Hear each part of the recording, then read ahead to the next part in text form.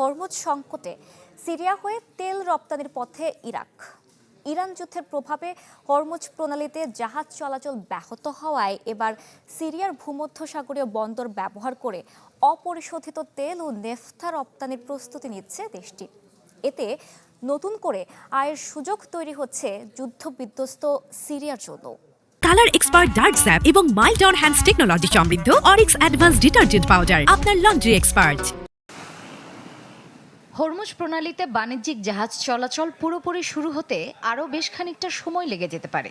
উপসাগরীয় অঞ্চলের এই প্রধান তেল রপ্তানি পথ যখন প্রায় অচল, তখন নতুন কৌশল অবলম্বন করছে ইরাক। উপসাগরীয় রুটের উপর নির্ভরতা কমিয়ে সিরিয়ার বানিয়াস বন্দর ব্যবহার করে তেল ও জ্বালানি পণ্য রপ্তানি বাড়ানোর পরিকল্পনা করছে বাগদাদ।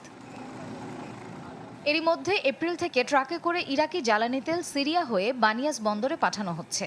সেখান থেকে তা আফ্রিকা ও ইউরোপের বিভিন্ন দেশে রপ্তানি করা হচ্ছে। ইরাকের তেল মন্ত্রণালয় বলছে, যুদ্ধ শেষ হলেও এই বিকল্প রুট চালু থাকবে, কারণ ভবিষ্যতে কোনো একক রপ্তানি পথের ওপর নির্ভরশীল থাকতে চায় না দেশটি। সিরিয়ার ভূখণ্ড ব্যবহার করে তেল রপ্তানির পথ সম্প্রসারণকে সর্বোচ্চ গুরুত্ব দিচ্ছে ইরাক। বর্তমানে প্রতিদিন প্রায় ৩৬ লাখ ব্যারেল তেল রপ্তানি করে ইরাক।